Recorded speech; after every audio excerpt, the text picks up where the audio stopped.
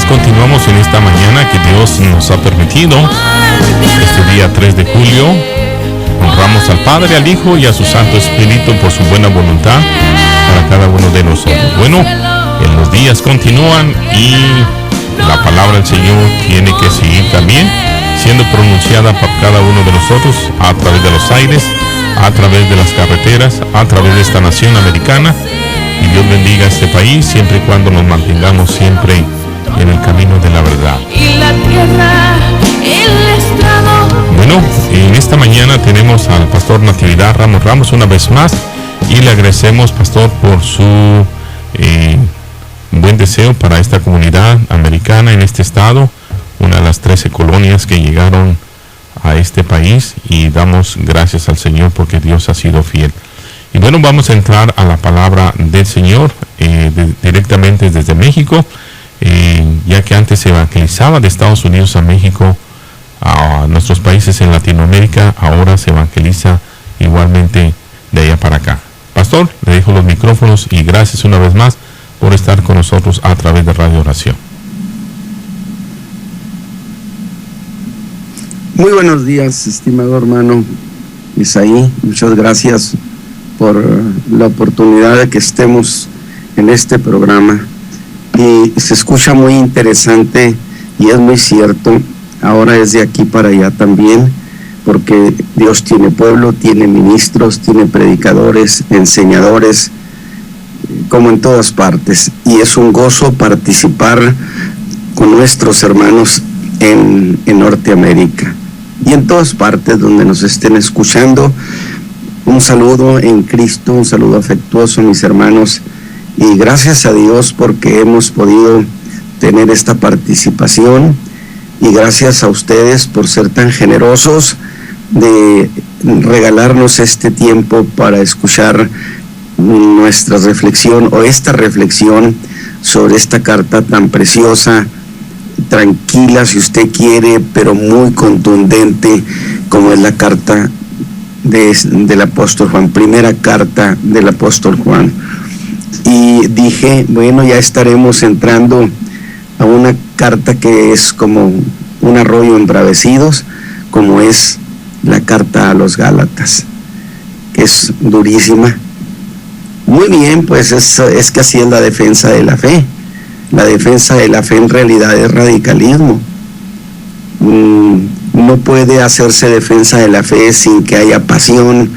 Sin embargo, eso no implica que se desborde el ánimo a la altanería o al trato duro, impropio, de ninguna manera. Defensa de la fe es fijar postura, y el apóstol Pablo lo hace de una manera bastante contundente, y gracias a Dios también por ese hombre que Dios nos regaló en un ministerio tan extraordinario.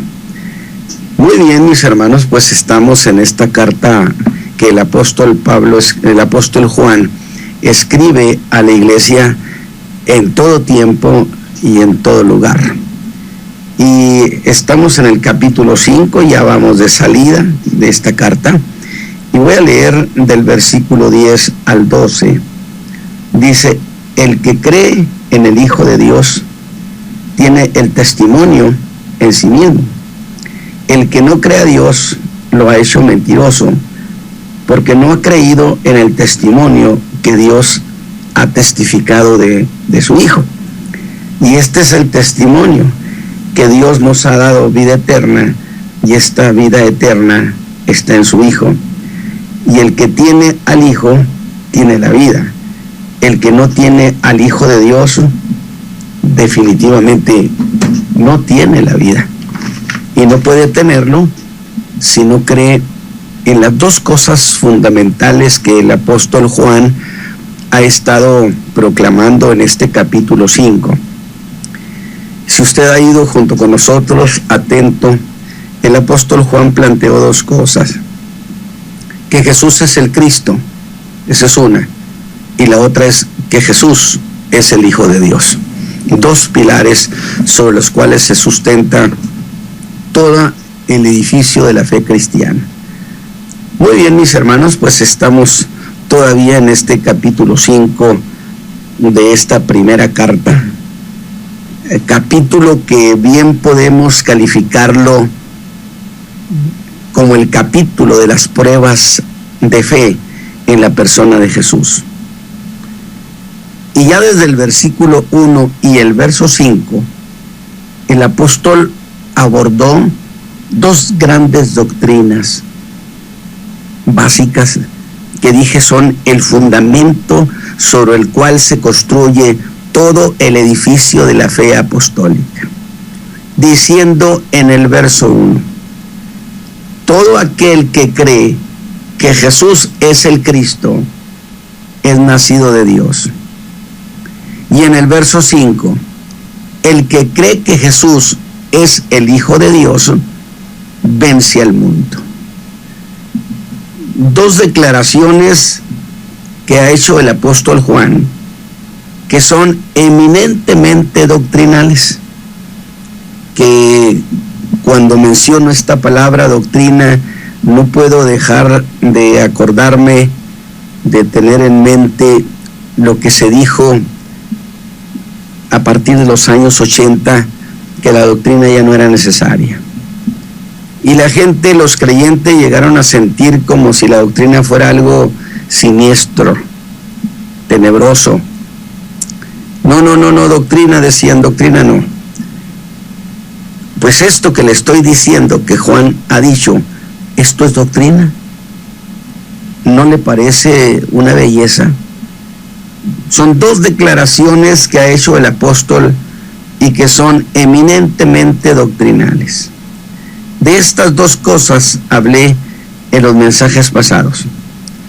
Y por supuesto espero en el Señor que hayan sido cosas muy bien entendidas, que hayan quedado en su corazón, porque son el corazón de la fe cristiana. En el primer caso, el creer eficiente sobre la persona de Jesús es creer que Jesús no es meramente Jesús, sino que además es el Cristo de Dios. Y digo el Cristo de Dios porque la ocultista y promotora de la nueva era, Alice Bailey, ahora sí que heredera de la tradición de Annie Besant y esta de Madame Blavatsky, ocultista, línea ocultista. Ella habla en un libro sobre la reaparición de Cristo o del Cristo. Por supuesto, no se refiere a Jesús de Nazaret. Así que creer que Jesús es solo Jesús, dije, jamás será una manera específica de creerle al Hijo de Dios. No es manera de suficiente el creer que Jesús es Jesús para que usted sea hecho hijo de Dios. Porque si Jesús fuera solamente Jesús, no podría salvar a nadie. Pero si Jesús, y este Jesús, el Hijo de María, el profeta de Nazaret, es además el Cristo de Dios, entonces todo cambia de manera radical. En tanto creer que Jesús, por ser el ungido de Dios, porque eso es el Cristo, el ungido, fue autorizado para morir por los pecados del mundo. De lo contrario, si Jesús no fuera el Cristo de Dios, entonces su muerte no sería, mis hermanos, más que otra de tantas muertes.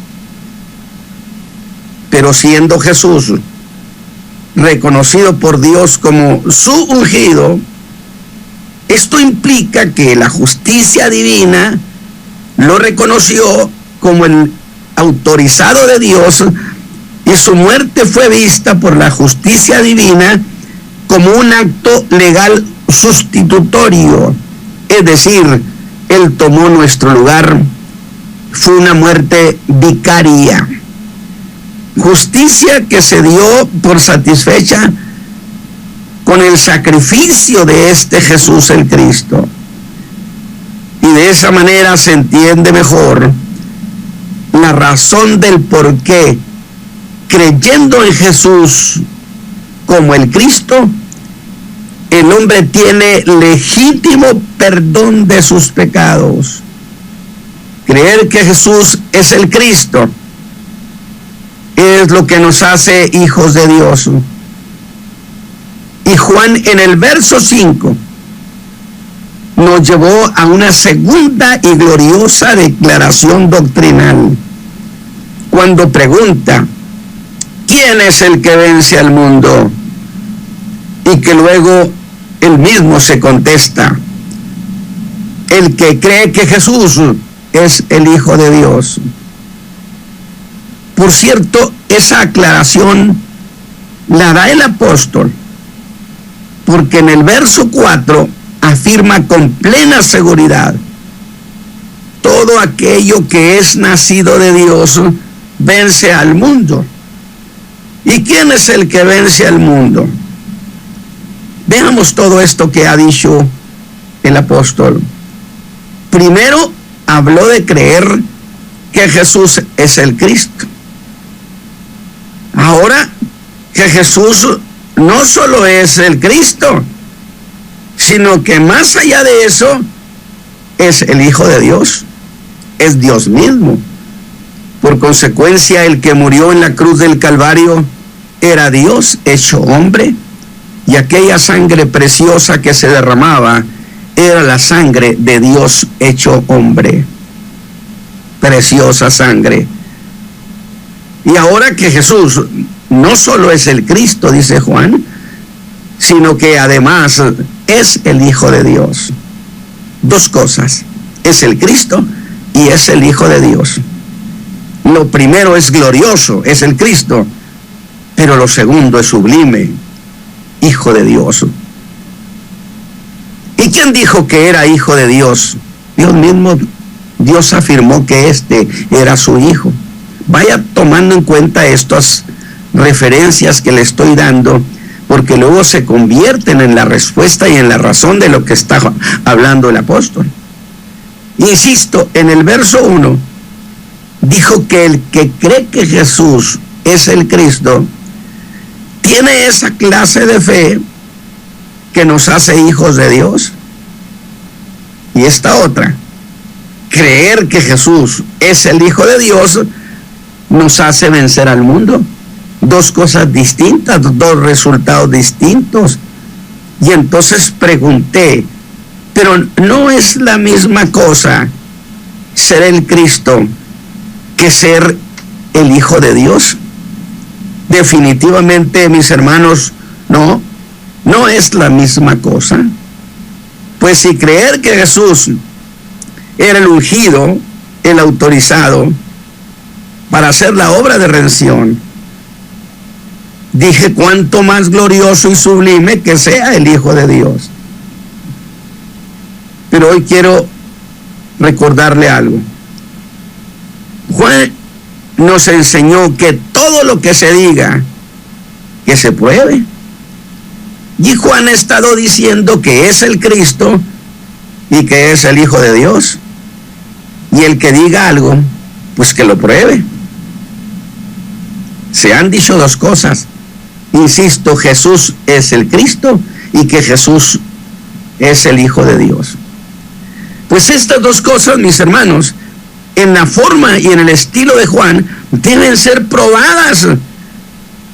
Y probadas con testigos de veracidad. Así que veamos cómo es que Juan prueba esas dos cosas que ha dicho de Jesús. Escuche el verso 6 y dice: este es Jesucristo que vino por agua y sangre. Una vez más, este es Jesucristo que vino por agua y sangre.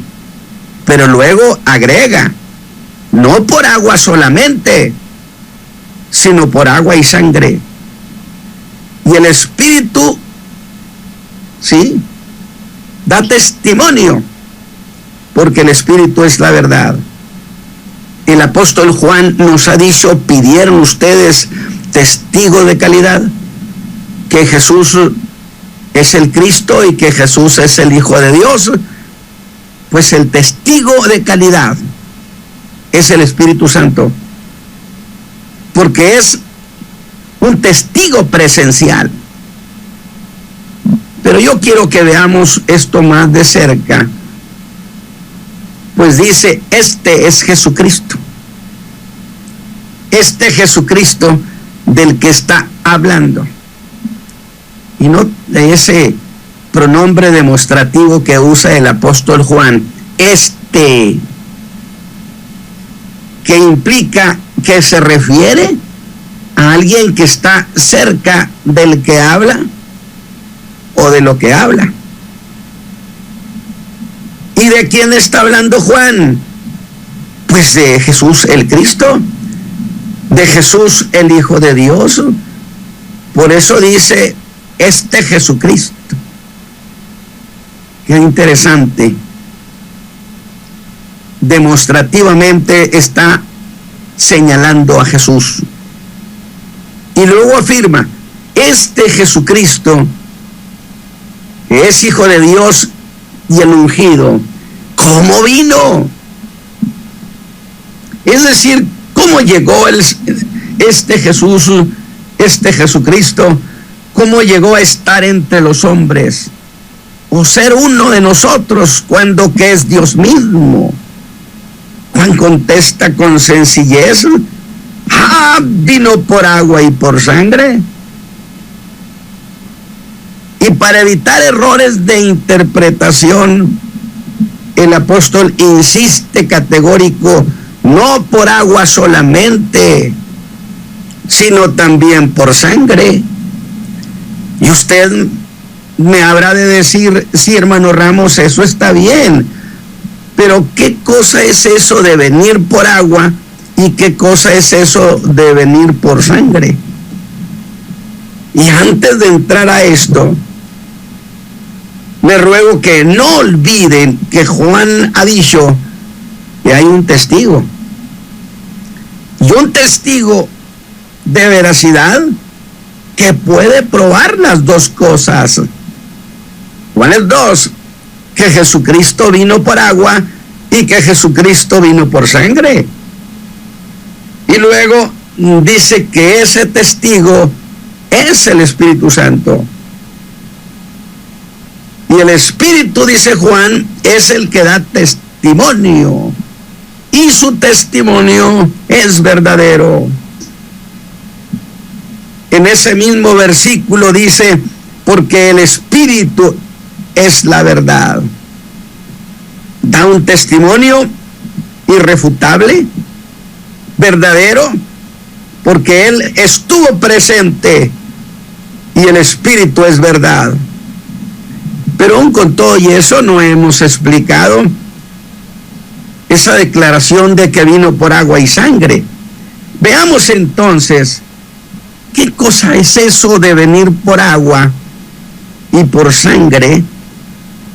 Según ese testigo verdadero que da validez a estas dos cuestiones grandiosas de la fe: que Jesús es el Cristo y que Jesús es el Hijo de Dios.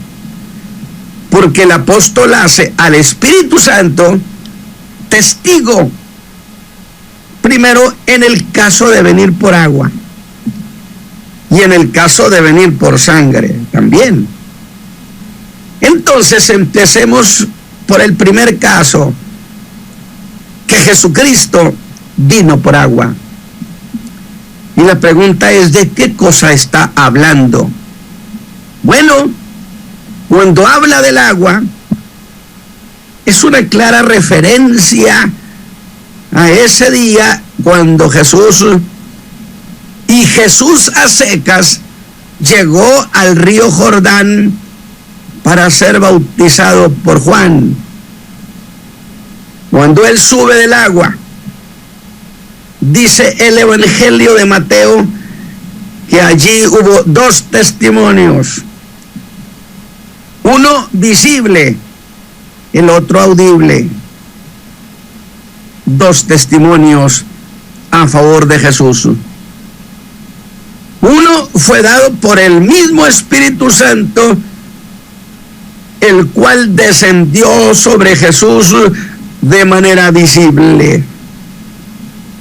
No fue algo subjetivo, sino una realidad física, un hecho histórico, cosa que fue vista en tiempo y lugar. Cuando Jesús sale del agua, desciende sobre él el Espíritu Santo corporalmente. Dice Lucas 2:22, y descendió el Espíritu Santo sobre él en forma corporal. Y da testimonio como testigo presencial. ¿De qué, hermano Ramos? ¿Qué significado tuvo que el Espíritu Santo viniera sobre Jesús? Déjeme decirlo a mi manera. No olvide usted que para Dios en la eternidad, Cristo es el Cristo eterno, porque Dios da por hecho las cosas que no son como si ya fueran. Pero desde la eternidad, Cristo era el eterno, Cristo eterno. Sin embargo, los hombres nada sabíamos de eso. Y en el río Jordán desciende el Espíritu Santo sobre Jesús para acreditarlo oficialmente ante los hombres, que este es el Cristo de Dios. Yo quiero que usted procese lo que le acabo de decir, porque es cuestión de doctrina sutil.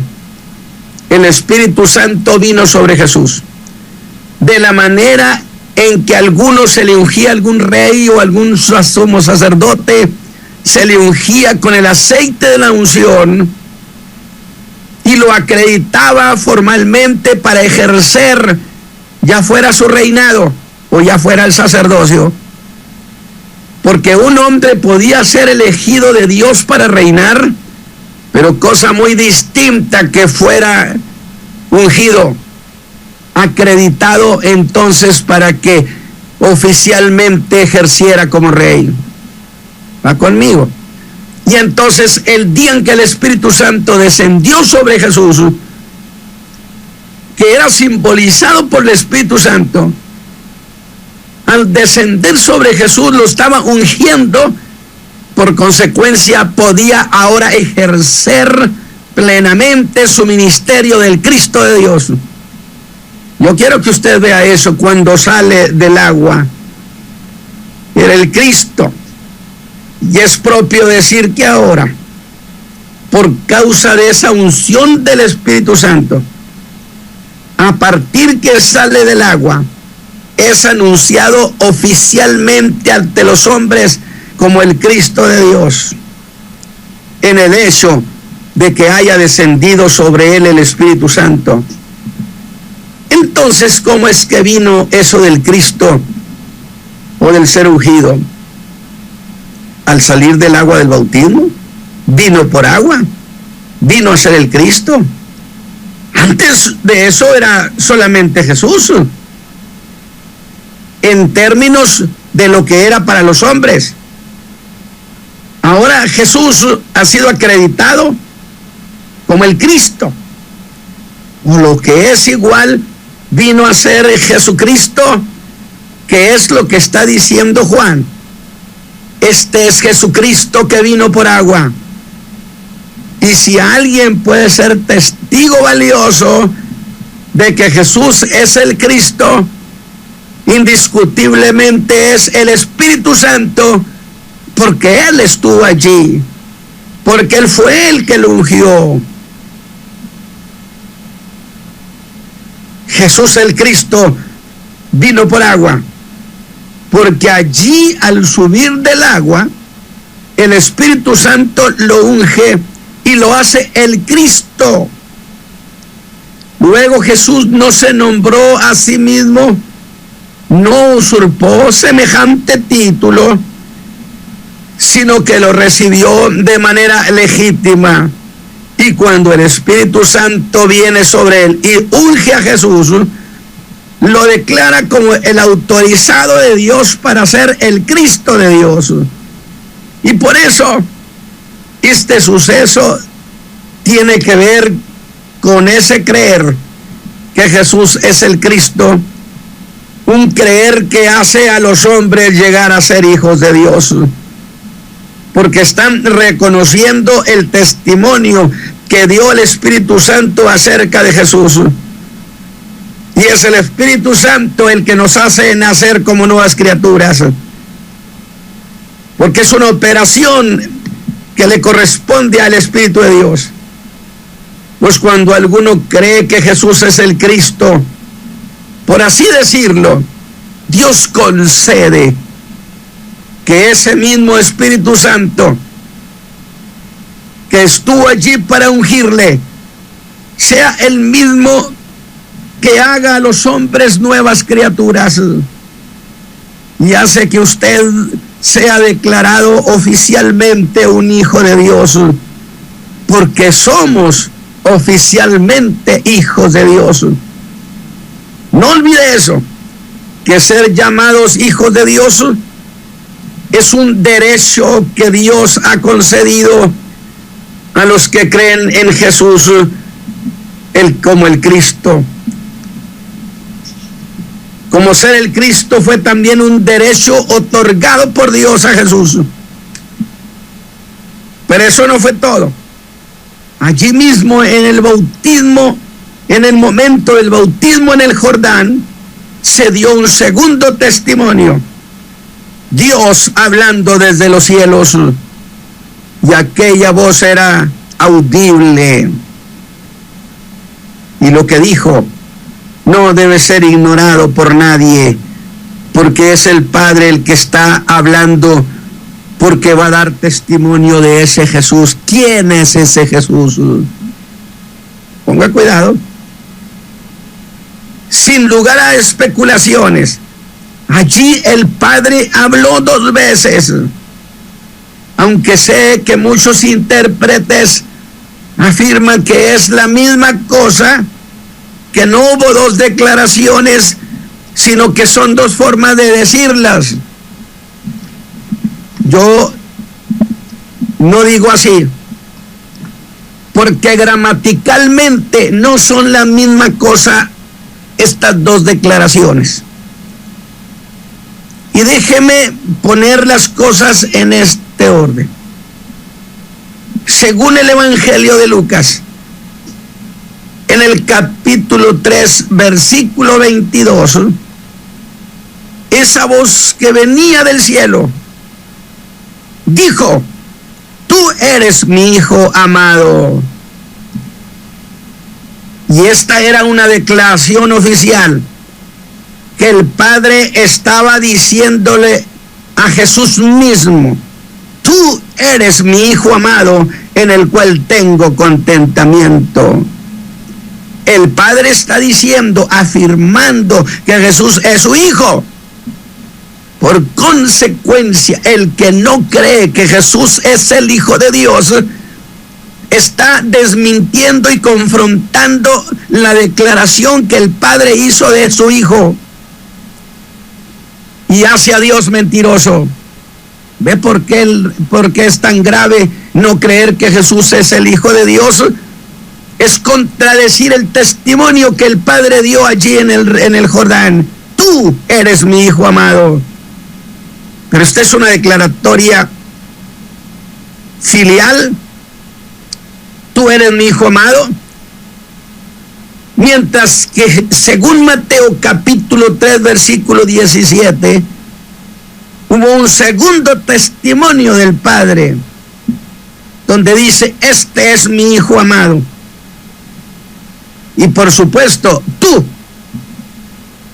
y este no son la misma cosa. Por eso digo que usa 2 gramaticalmente no puede ser la misma declaración. Esta vez dice bien el testimonio que da el Padre allí: este es mi Hijo amado. Y otra vez es usado el pronombre demostrativo este, que era la manera de testificar a quienes, cuando Dios está diciendo se está dirigiendo a quien corresponda, a quien lo oiga. Está diciéndole al mundo, Señor, es mi Hijo amado. Y ya se lo ratificó al Hijo diciéndole, tú eres mi Hijo amado. Dos cosas distintas. Y otra vez es usado el pronombre demostrativo que era la manera de testificar a los que allí escucharan que Jesús era su Hijo amado.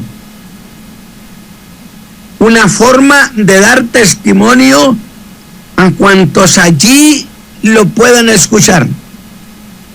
Dios testificando oficialmente ante los hombres que Jesús era su Hijo amado. Y les dice, está señalando formalmente a Jesús. Y en ese caso, el Padre hablaba de Jesús, que ya era oficialmente el Cristo, porque ya había venido sobre él el Espíritu Santo y lo había ungido. Ya no era meramente Jesús, sino que ahora era Jesús el Cristo. Pero el Padre agrega el testimonio suyo para decir que no solamente es el Cristo, sino que además es su Hijo amado. Su Padre está dando testimonio tanto a Cristo Jesús como oficialmente ante los hombres de quién era Jesús, quien además de ser el Cristo era también su Hijo. Alabado sea Dios, que entre él y Jesús había una filiación.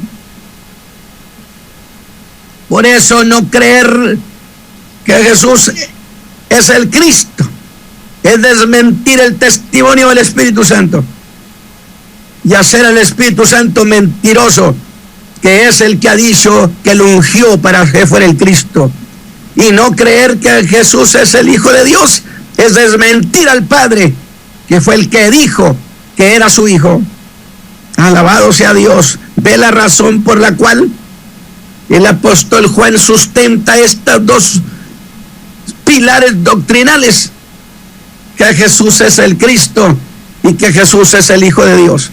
Y que él cree que Jesús es el Cristo es nacido de nuevo, y que aquel que cree que Jesús es el Hijo de Dios vence al mundo. Dos cosas distintas, dos razones diferentes, que yo espero que usted las esté metiendo en su alma. Por eso, insisto, no creer que Jesús sea el Hijo de Dios es no creer el testimonio que el Padre dio de Jesús. Lo que ha sucedido en el Jordán tiene relación con las dos declaraciones de fe. Una, que Jesús es el Cristo, y la otra, que Jesús es el Hijo de Dios. Y perdóneme tanta insistencia, pero estas cosas convienen que quede marcadas en el alma. Qué gran cuestión de la doctrina gloriosa de este evangelio. Así hemos visto pues esa cuestión de venir por agua, ya lo hemos explicado, pero ahora vamos a ver eso de que vino por sangre. ¿Qué cosa es eso de venir por sangre? Definamos primero qué es esa palabra o ese verbo venir. Se refiere a origen, aunque algunos intérpretes dicen que es una referencia a que Él derramó su sangre por nuestros pecados. Y desde luego que hacer alusión, hablar de que Él murió por nosotros, es cosa altamente reverencial para los hijos de Dios. Sin embargo, con todo y eso, afirmar eso así no tiene sentido teológico,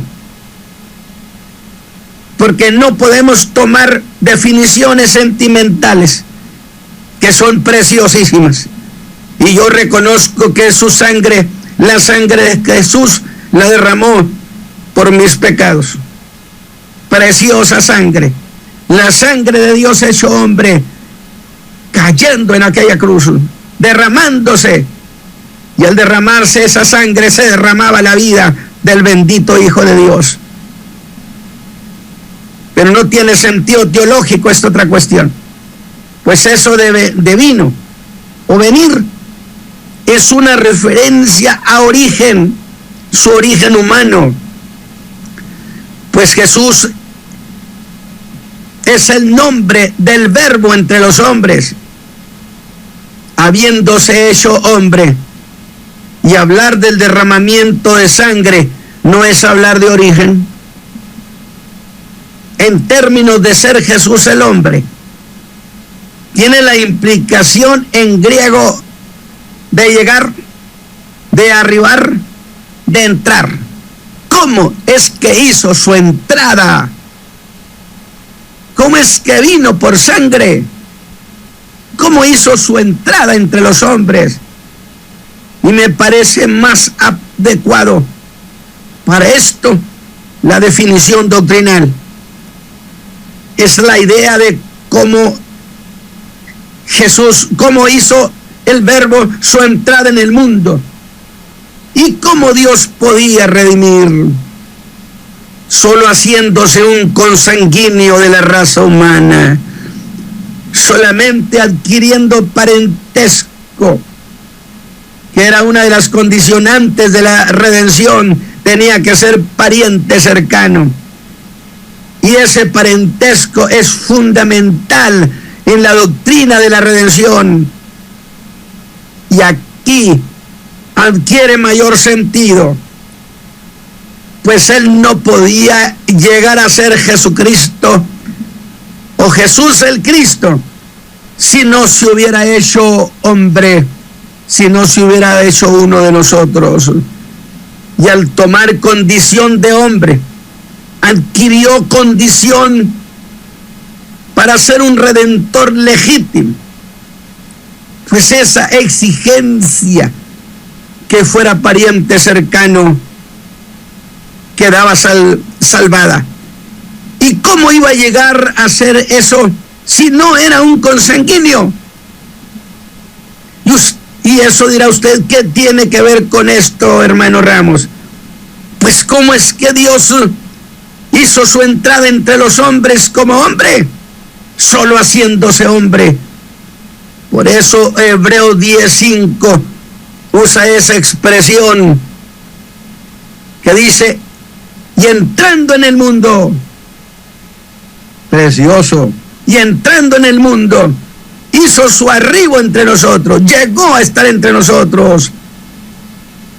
Nada más que aquí no hay que olvidar que Juan dijo que el testigo también aquí, el testigo de calidad era el Espíritu Santo.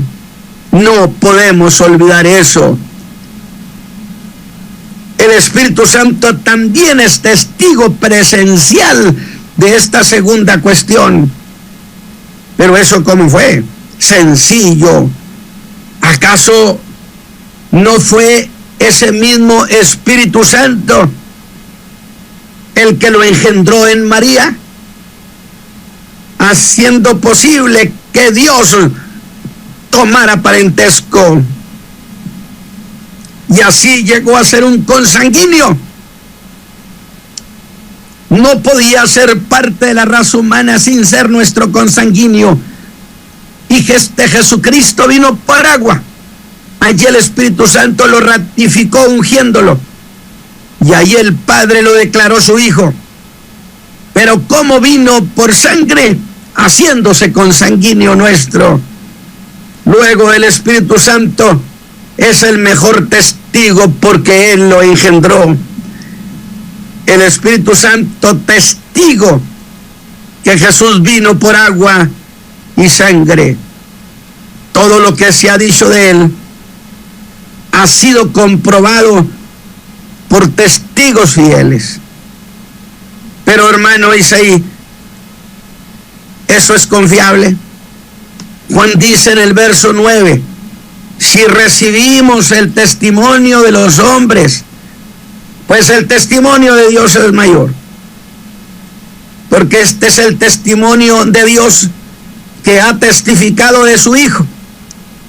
Y Juan argumenta con gran lógica y dice que nadie niegue que entre los hombres hay las costumbres, que el testimonio de otros hombres sea aceptado como cosa muy cierta, y se considerará un agravio no creerles, porque el testimonio que Dios ha dado de su Hijo no ha de ser creído, porque el testimonio que el Espíritu Santo ha dado no ha de ser creído. Si el testimonio de los hombres que fallan se acepta como verdadero, cuanto más lo que Dios afirma. Note usted que es Dios mismo el que ratifica a Jesús como su Hijo y como el Cristo. Entonces, no creer que Jesús es el Cristo. Si usted no cree que Jesús es el Cristo, no puede ser nacido de nuevo, porque el Espíritu Santo es el que hace al hombre nacer de nuevo. Y si usted no cree que Jesús es el Cristo, está desmintiendo el testimonio que da el mismo Espíritu Santo. Alabado sea Dios. Yo espero que esta mañana en algunos esté naciendo esa fe preciosa. El testimonio de los hombres falla y se acepta como quiera, como verdadero, porque no ha ser aceptado como cosa cierta. El testimonio que el Espíritu y el Padre han dado acerca de Jesús en el río Jordán. ¿Por qué no aceptar el de Dios como cosa mayor? En tanto Dios es fiel y verdadero. Y Juan cierra el alegato en el verso 10 y dice que si Dios es verdadero, entonces lo que Dios afirma tiene que ser verdad. Usted no puede creer solamente en Cristo y decir que no necesariamente tiene que ser el Hijo de Dios, porque siendo Hijo de Dios es Dios, pero eso lo dijo el Padre. De tal manera que no creer que Jesús es el Hijo de Dios es desmentir el testimonio que el Padre dio allí en el río Jordán. Este es mi Hijo amado.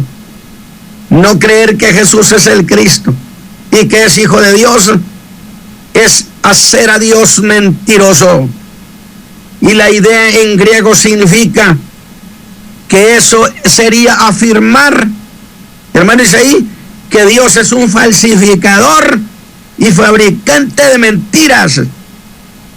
¿Diría usted que Dios es un fabricante de mentiras? ¿Podrá hacer esta mañana usted una confesión de fe diciendo: yo creo que Jesús es el Cristo y entonces es el que murió por mis pecados, porque Dios lo había autorizado a morir por mis pecados en la cruz? Pero también acepto que es el Hijo de Dios. Entonces es Dios mismo el que murió por mis pecados, dice Juan, y esto nos hace vencedores, vencer al mundo. Yo espero, hermano Isaí, que esta reflexión haya nutrido el alma de los hermanos, de los hijos de Dios, porque es la única razón por la que participo. Qué preciosidad nos ha presentado Juan. El Espíritu Santo lo ungió diciendo: este es el Cristo. El Padre desde el cielo habló y dijo: este es mi Hijo. Por lo tanto, no solamente es el Cristo, sino es Hijo de Dios. Y el que no cree que Jesús es el Cristo, confronta y desmiente lo que el Espíritu Santo dijo de Jesús. Y el que no cree que Jesús es el Hijo de Dios, confronta y desmiente el testimonio que Dios dio desde el mismo cielo. Mis hermanos, que Dios me los bendiga esta mañana y que nuestra participación haya sido una bendición. Amén. Gracias, pastor, por esta enseñanza el día de hoy, muy fuerte, muy validera, en la cuestión de que el Padre, el Hijo y el Espíritu Santo actúan en unidad y nos han respaldado también a nosotros como humanos, y que el Padre, sobre todo este versículo que está bastante fuerte, el 5:9, si recibimos el testimonio de los hombres mayor Es mucho mayor el testimonio de Dios. ¿Quién es Dios? El Padre Celestial. Porque este es el testimonio con que Dios ha testificado acerca de su Hijo. Qué linda expresión de este precioso escritura aquí en Juan, donde nos habla que el Padre mismo ha dado testimonio de que Jesús no solamente es el Cristo, sino es su Hijo amado, en el cual nosotros tenemos que tener completa confianza. Es muy fuerte la validez, ya que muchas personas niegan a Jesucristo, lo llaman como cualquier profeta que vino a la tierra. Incluso se dice el día de hoy que los hombres que hacen los viajes a Israel y que cuando llegan a la tumba de Cristo, aún los judíos no quieren reconocer que resucitó. Hablan como un gran profeta, y dicen, vayan ustedes, vean la tumba donde ya no está, pero simplemente ellos no aceptan que Jesucristo era el Hijo de Dios, simplemente un ciudadano más de Israel. Sin embargo, cuando nosotros le recibimos, lo aceptamos, lo abrazamos, yo creo que el Padre se alegra, así como se alegró en aquel día cuando dio testimonio vivo de que Jesucristo era su Hijo amado, no solamente el ungido, sino que era su Hijo amado.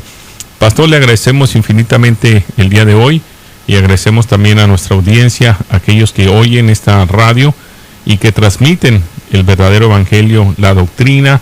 Específicamente, como usted lo ha dicho, esta es una doctrina en la cual nos basamos y nos da fuerza, ya que si no hablamos de esta autoridad que el Padre le ha dado al Hijo, perderíamos el tiempo, y nos ha dado una gran enseñanza esta mañana, Pastor, y le agradecemos infinitamente. No sé si quiere agregar algo más ya para ser despedidos. No, en absoluto. Gracias a Dios por esto, y yo espero que lo guarden en su corazón. Gracias, hermano. Bueno, muchas gracias, Pastor. Le agradecemos por su tiempo en esta mañana. Esperamos el lunes, esta próxima semana, que podamos volver a entrar a su hogar, ahí a su oficina, ahí en su trabajo, en la construcción, donde quiera que se encuentre, que la palabra nos vivifique, nos transforme, y que podamos ser una vez más edificados sobre el fundamento que es Cristo Jesús, y también sobre el fundamento que dice la palabra de los apóstoles y profetas, siendo la principal piedra del ángulo en nuestro Señor Jesucristo. Será hasta la próxima, si Cristo no ha venido. Agradecemos también a Radio Oasis Espiritual, el cual hace esta retransmisión a través de su estación. Bendiciones. Sin aliento.